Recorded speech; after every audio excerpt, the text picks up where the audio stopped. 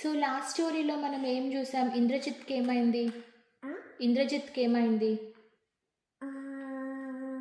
బుబ్బు బుబ్బు అయ్యి ఇంకా Indrajit was killed in the war. Okay, so messengers వెళ్ళారు కదా, ఎవరి దగ్గరికి వెళ్ళిళ్ళు చెప్పడానికి?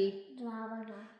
సో రావణకి చెప్తారనమాట, వెళ్ళి సోల్జర్స్ వెళ్ళి చెప్తారు, lord Ravana, your son Indrajit was killed అని చెప్తారు.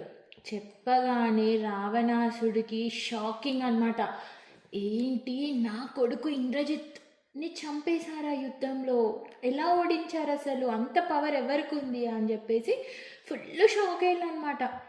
అయిపోయిన తర్వాత ఇంకా రావణాసుడు మళ్ళీ గిల్ట్ ఫీల్ అవుతున్నాడంట. ఎందుకంటే అసలు ఫస్ట్ ప్లేస్లో నేను యుద్ధం స్టార్ట్ చేయకపోయి ఉంటే అయిపోయేది కదా, అసలు ఎందుకు యుద్ధం స్టార్ట్ చేసా? దీనివల్ల నేను అక్షయ్ని కోల్పోయినా, నా తమ్ముడు ఎవరు, ఏ తమ్ముడు?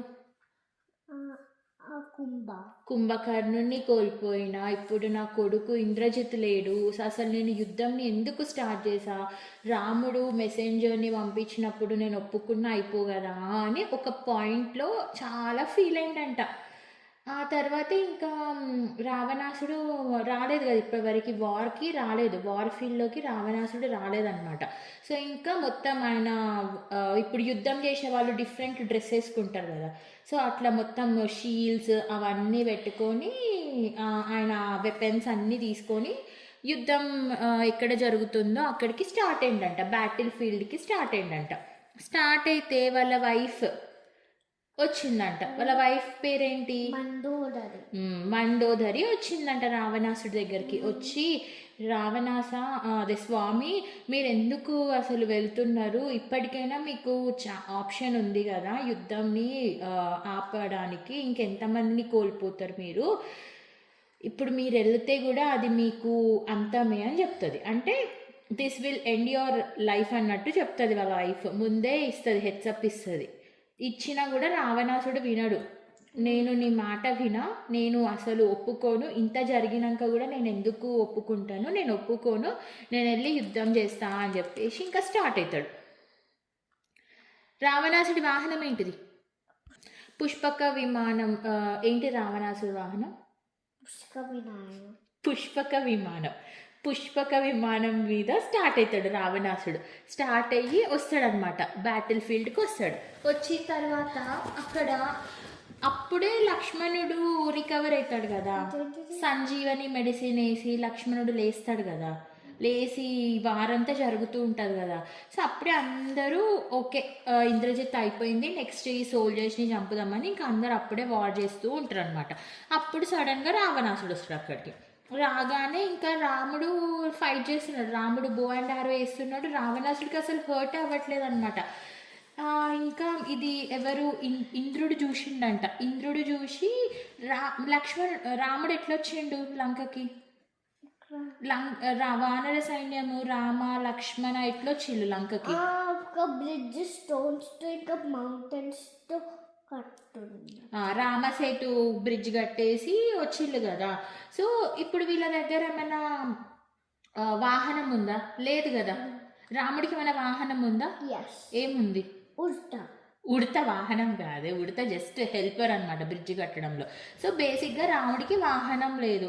సో ఇంద్రుడు ఏం చేసిండు, అర్రే అసలు రాముడికి ఒక వాహనం ఉంటే అయిపో కదా, ఒక చారియట్ ఉంటే బాగుండు కదా అని చెప్పేసి అనుకున్నాడంట. అనుకొని బ్యాటిల్ ఫీల్డ్లోకి వచ్చి రామునికి చెప్పిందంట, నేను నీకు ఎలా హెల్ప్ చేయాలో నాకు తెలీదు రామా, బట్ నేను మీకు నా చారియట్, నా రథంని ఇస్తాను, అది మీరు యూజ్ చేసుకోండి యుద్ధంలో అని చెప్పిండంట.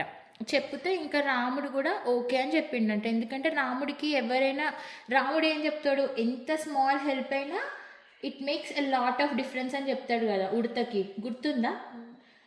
ఎవరికి, మంకీస్కి ఎక్స్ప్లెయిన్ చేస్తాడు కదా ఉడతని వాళ్ళు ఎగతాళి చేసినప్పుడు.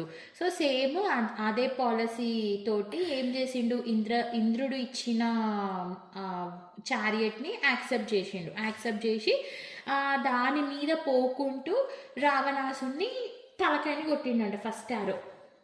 రాముడి దగ్గర ఉన్న పవర్ఫుల్ వెపన్స్ యూజ్ చేస్తూ రావణాసుడి ఫస్ట్ హెడ్ని కొట్టిండంట. కొట్టగానే ఏమైంది, మళ్ళీ ఇంకొక హెడ్ వచ్చిందంట. అట్లా 1 2 3 4 5 6 7 8 9 10 హెడ్స్ వచ్చినాయంట. అందుకే ఏమంటారు రావణాసుడిని. రావణాసుడికి ఇంకొక పేరేంటి? దశకంఠ.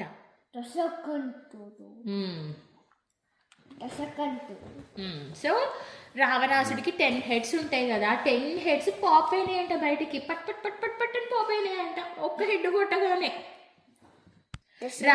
రామరక్ష స్తోత్రంలో రావణాసుడిది ఒక లైన్ ఉంటుంది కదా, ఏంటిది అది?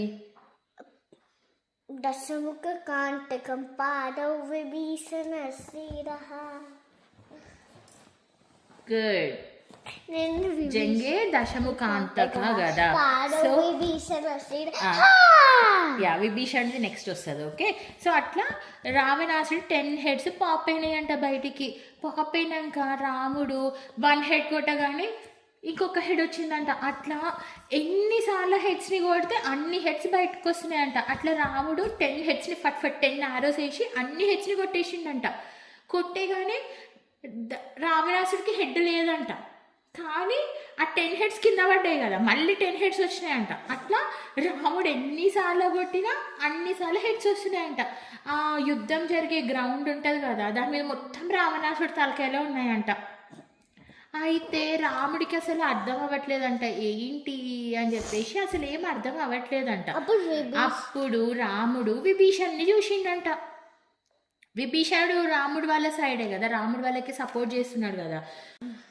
అయితే రాముడు విభీషణ్ని చూసిండు కదా. విభీషణ్ని చూస్తే విభీషణుడు చెప్పిండు అనమాట, మా అన్నకి లాంగ్ ఏగో బ్రహ్మదేవుడి నుండి ఒక వరం వచ్చింది. ఏంటంటే మా అన్నని దేవతలు కానీ దయ్యాలు కానీ ఎలాంటి మ్యాజికల్ పవర్స్ కానీ చంపలేరు, అండ్ యూజ్ చేసి చంపలేరు, అండ్ పగలు కానీ రాత్రి కానీ చంపలేరు, అండ్ ఎక్కడైనా ఏ బాడీ పార్ట్లో అయినా తాకితే మా అన్న బతికేస్తాడు అని చెప్పిండంట. ఓన్లీ బెల్లి బటన్లో కొడితే మాత్రమే బతుకుతాడు అని చెప్పిండంట. సో ఇప్పుడు ఏంటి, దేవతలు కానీ డీమన్స్ కానీ మ్యాజికల్ పవర్స్ కానీ అన్నారు కదా. Rama is a human being, right? And చేసేది, యుద్ధం చేసేది ఎవరు? వానర సైన్యం. సో రాముడు ఎవరి అవతారం? Human form. ఎవరి అవతారం రాముడు? విష్ణుమూర్తి అవతారం కదా. సో రాముడు విష్ణుమూర్తి అవతారంగా హ్యూమన్ బీయింగ్ అవతారంలోనే ఉన్నాడు. సో ఇప్పుడు విభీషణుడి దగ్గర నుండి ఇన్ఫర్మేషన్ తెలిసింది కదా. సో ఇప్పుడు రాముడు ఏం చేస్తాడు?